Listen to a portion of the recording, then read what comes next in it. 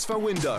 Breaking news on talkSPORT with Intuit QuickBooks. Tackle your self-assessment with Intuit QuickBooks. Search QuickBooks to find out more.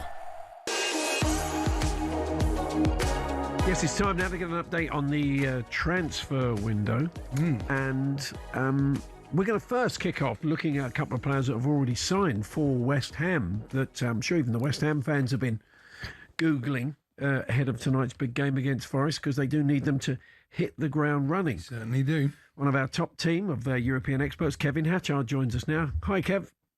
How are we doing, gents? We all right? Yeah, we're good. There's plenty of stuff to get stuck into with European players potentially heading to the Premier League. But before that, let's find out more about Pablo Felipe and Tati Castellanos, who came from Lazio, the Argentinian. So, what can you tell us about them? Do you expect them to hit the ground running? There's often a period of adjustment, isn't it, coming to the Premier League? Yeah, I think there will be, and obviously West Ham can't afford too much of a period of adjustment. I think Pablo's an interesting one. His dad, Pena, actually was a striker for Porto, and he was top scorer in the league for Porto a few years ago. So he's got good pedigree. And at Gil Vicente, she's done pretty well. You know, he got 10 goals in 13 games this season.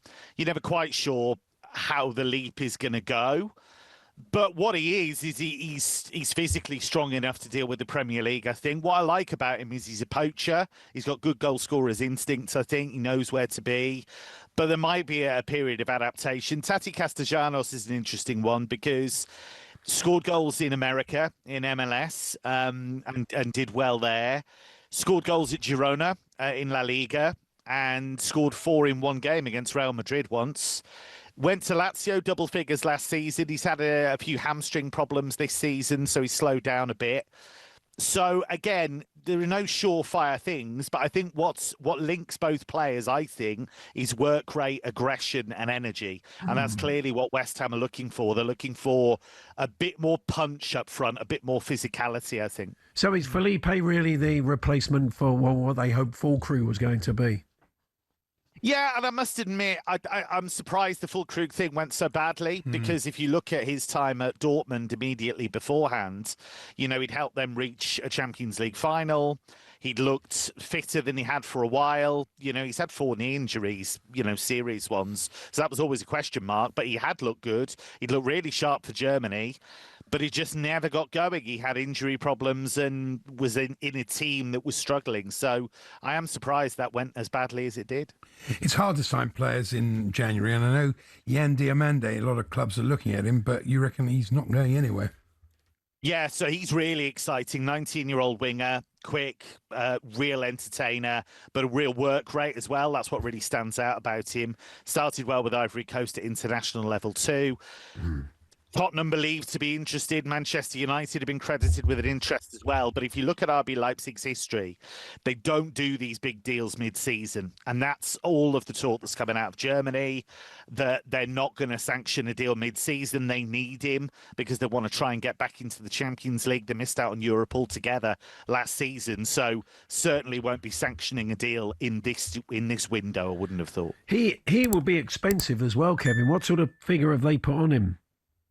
Yeah, I mean, Leipzig don't sell players cheap. We know that. They drive a hard bargain, and there's no release clause. He's only just gone there. He's only been there a matter of months.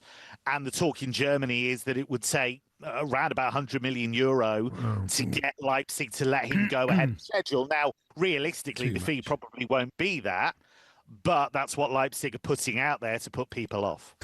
Now, interested in what Marcus Rashford and his people would have thought when Ruben Amorim got the sack yesterday. There's a few reports suggesting that there could be a way back for him, but he seems to be enjoying life in Barcelona. Yeah, he is, and he's been an important part of that squad. He got plenty of game time when Rafinha was injured. They're in the mix to win La Liga again. They're in the mix to win the Champions League. I'd be very surprised if he was desperate to return to Old Trafford at this stage. As far as I know, there's no immediate recall clause that United would be able to use. So, and Barcelona don't want to let him go because it would make no sense for them whatsoever, because there's a player that they were able to bring in on loan, and he's been super helpful for them. And they're not in a position to go out and spend a fortune to try and replace him. So, yeah, I think this is one that, they'll want to keep him, and I think he'll want to stay. And talking of returning to your old club, Chiesa, there's a bit of interest in him, isn't there, from Juventus? Yeah, and he's been linked with Roma as well. Roma are looking to add a bit more punch to their attack because they've been surprisingly timid in attack, actually. Evan Ferguson has been a bit hit and miss. Artem Dovbyk, it hasn't really happened for him this season, so they've been linked with him as well. And Juventus are looking to try and push on under Spalletti because they've been really up and down. And if you look at the attacking players they brought in, hasn't really happened for them. Jonathan David struggled, Lois Openda struggled, and Vlahovic, who they're keen to get rid of at the end of the season when his contract expires, he's probably been their most consistent striker, I would say. So is that him pushing for that because he wants more game time before the World Cup, or is that... Because I'm surprised he's had some decent cameos for Liverpool, and I would imagine they want to keep him to the end of the season. I imagine they would, but the problem is that Arne Slot just doesn't start him enough. No. Just doesn't seem to trust him to start enough games. It's been a bone of contention for a lot of Liverpool fans who feel that his performances have warranted more game time, but it just doesn't seem to be happening for him. And, obviously we don't know if Italy are going to make the World Cup at the moment, but if they do, he's absolutely going to want to be part of that. So it's a big decision for him to make. What's the latest on Harry Kane and his contract at Bayern? Yeah, so it looks as though he's not going to, as we've said all along, really, when we've spoken about this season, he's got a release clause in his contract, but that expires in January. And I don't think he ever had any intention of using it. He's very settled in Germany.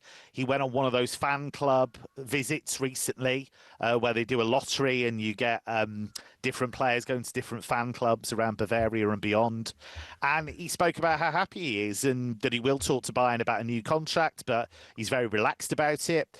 He's been linked with a return to the Premier League. I don't think that's going to happen. He's been linked with a move to Barcelona, but I'm not sure that's the deal they can afford, certainly if he isn't going to go in this window. So I expect him to stay at Bayern and to continue to push for the biggest prizes. Couple of players that could be heading, potentially, from the Bundesliga, the Premier League. Danny Oduki, he's a defender at Union Berlin. Leeds are interested. Do you think he'd be a good buy for them? I feel like it's a no-brainer. He's got a few months left on his deal. He's physical. He's excellent in the air. He's a set-piece threat. He's used to playing in a back three, and obviously Leeds have had that positional switch that has worked really well for them.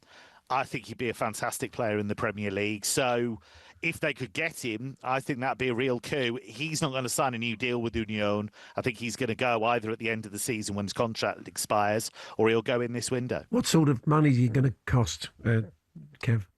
The talk is around 10, 11 million. And I think that's probably fair because, yes, you could wait 6 months and wait to get him. But I think if you look at the deals Leeds have done, they've been pretty smart and they've lent on Germany quite heavily. They brought in guys like Anton Stark, who've done really well. Metscher's done better than I thought he would because he's had a lot of injury problems, but he's managed to stay fit. So they've made some good signings from Germany, and I think this would help them get over the line. And one final one, Bournemouth looking to replace Antoine Semenyo. Have been looking at Stuttgart and Germany winger Jamie Lurling, but he's going to be hard to prize away, isn't he? He is. I'm a little sceptical about it anyway, because there's talk of €40 million. Stuttgart want to hang on to him. Sebastian Hoeneß, the coach, is a big fan of his. My issue is the end product. There's a lot to like about Leveling. He's dynamic, he's quick, he can score goals from range. I don't think he scores enough goals. And what I would worry about is him coming into Bournemouth with the tag of the Semenyo replacement. It's a lot of pressure for a guy that just hasn't been a volume provider in terms of goals and assists. We shall see. Kevin, thanks ever so much. Interesting. Cheers, Thank chaps. Kevin Hatchard, European football expert, right across all the latest going on in the transfer window with Intuit QuickBooks. Still to come, we're going to be looking ahead to the one Premier League game tonight, and it is a big one. It's West Ham versus Forest at the foot of the Premier League. Forest on a bit of a rocky run. West Ham really going through it at the moment. They desperately need 3 points tonight, and Forest ideally need to pick up at least one.